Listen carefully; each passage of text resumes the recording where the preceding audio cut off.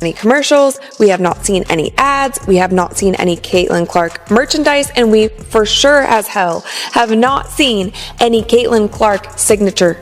You wouldn't put up with it. Before Nike ultimately spoke out about Caitlin Clark, Miles Ahead congratulated her on winning Rookie of the Year. Caitlin Clark deserves congratulations.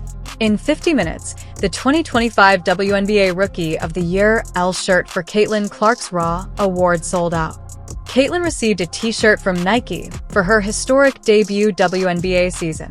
While A'ja Wilson was the focal point of Nike's WNBA campaign and received promotions, no mention of her own shoes was made.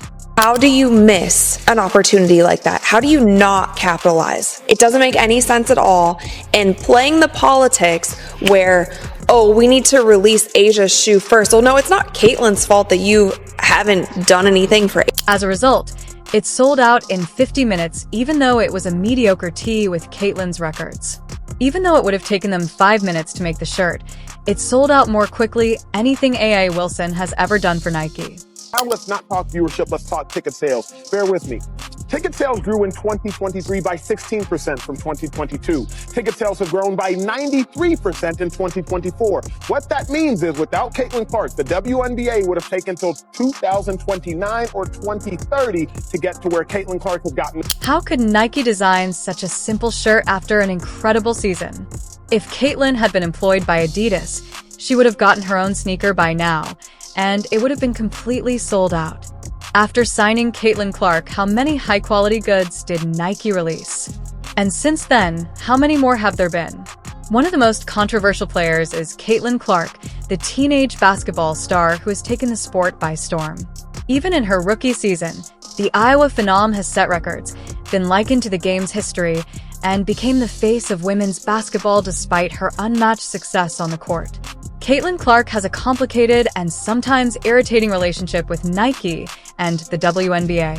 Strangely, Clark's successes have been downplayed in favor of showcasing other athletes by Nike, a significant player in the global sports market recognized for sponsoring elite athletes. Clark's gonna help it change for the better. All of a sudden, we gonna see Angel Wilson. She may get some more shine because she's that girl. Diana Taurasi gonna get more shine because we know what she brings to the table. Ionescu, she's gonna get more shine. Others, black, white, everything in between. It's about the ladies, now more so than ever. However, one company has welcomed her with open arms. Adidas sports great and Adidas ambassador Billie Jean King recently praised Caitlin Clark for her stellar season and her win as the WNBA Rookie of the Year. Even King's official sponsor, Nike Clark, had not yet fully recognized her achievements at the time of her sponsorship. This gratitude was more than just a compliment, even though Nike has come under fire for allegedly not fully backing Clark despite continuing to promote other WNBA stars, most notably A'ja. It demonstrated the significance of Clark's influences. Wilson is an outstanding player, without a question. Here's the truly incredible bit, though. Caitlin Clark outsells practically every other player in the GU despite her enormous popularity. By partnering with a player who many consider to be the future of women's basketball, Adidas seems to have realized her importance far earlier than Nike. Nike has been reluctant to recognize her brilliance. Team. She's got the wrong skill set to handle the physicality of that league. And she's a rookie, targeted by society, targeted by her looks, targeted by her reputation, targeted by the disrespect that they've shown to the WNBA. She said, no, they're expecting this rookie class to be perfect. This rookie class isn't even one of the best rookie classes in the last 10 years. Billie Jean King, a lifelong supporter of sports equality, praised Caitlin Clark King without holding back. King commended Clark's dedication, her unquestionable influence on the game, and her record-breaking performances. For King, it went beyond Clark's many accolades and the Rookie of the Year title. It was about Clark's unabashed love and passion for the game, which she displays every time she steps onto the court. In addition to being a tribute to her talent, Clark's debut of the year win served as a moment of validation because, in addition to the intense competition she faced on the court, she also had to deal with unexpected criticism and neglect during her rookie campaign. Nike is her own sponsor despite her incredible ascent. As a Nike athlete, Clark has had to deal with the irritation of being overlooked by the organization that should be supporting her achievements. Clark should have been at the forefront of their marketing campaigns given her marketability and popularity. Despite her obvious influence, Nike has primarily focused on promoting other athletes. Caitlin Clark currently the face of the WNBA. Yes. Do I think if A'ja Wilson dropped a shoe and Caitlin Clark dropped a shoe today at the very same time, that Caitlin Clark would outsell A'ja's shoe by 100 times? Yes, I think that would be the... Another outstanding potential, A'ja Wilson, has been given priority by Nike. Without a doubt, Wilson is an incredible talent. She is a WNBA champion, has won numerous MVP honors, and rules the league. Nonetheless, it is undeniable that Caitlin Clark has emerged as the new face of women's basketball due to her ability to interact with fans and perform well on the floor. The truth is that in practically every play in the league, Clark outsells Wilson. Her games draw sizable audiences, and her shirts sell out. Given that Clark is clearly more appealing than Wilson, why does Nike still prioritize Clark above Wilson? Hottest selling jerseys in sports, y'all, according to Fanatics, led by the one and only Michael Rubin. Clark's Indiana Fever jersey is apparently sold out in all sizes. It was rumored that she actually outsold Dallas Cowboys. Despite Wilson's well-deserved accolades, fans and commentators have been questioning why her item sales and overall marketability fall short of Clark's. This discrepancy has been seen by the supporters, and it has become a contentious issue. Clark has attracted the attention of casual spectators, young girls who want to play like her, and even adults who had never given women's sports any thought before. She is incredibly talented and has the potential to significantly improve the WNBA. The Indiana Fever, this is the second year in a row they had the #1 pick. So do y'all know what that means? That means they're not. The first season of Clark's show will go down in history. She dominated the game in addition to giving a fantastic performance. Her ability to shoot from wherever on the court, distribute the ball accurately, and lead her team with the intensity of an accomplished veteran set her apart from other rookies. There was more to her performances than just personal skill. They provided the WNBA with much-needed energy and attention. The league really needs a player like her to grow its fan base. There's a Caitlin Clark effect on all of basketball, and especially on women's basketball ratings. Kudos to her. She has elevated an entire sport in viewer. The WNBA has oddly refused to fully embrace Clark as the sports spokesperson, despite the fact that her Rookie of the Year victory was leaked over a week ago. Oh, and she was not even the winner.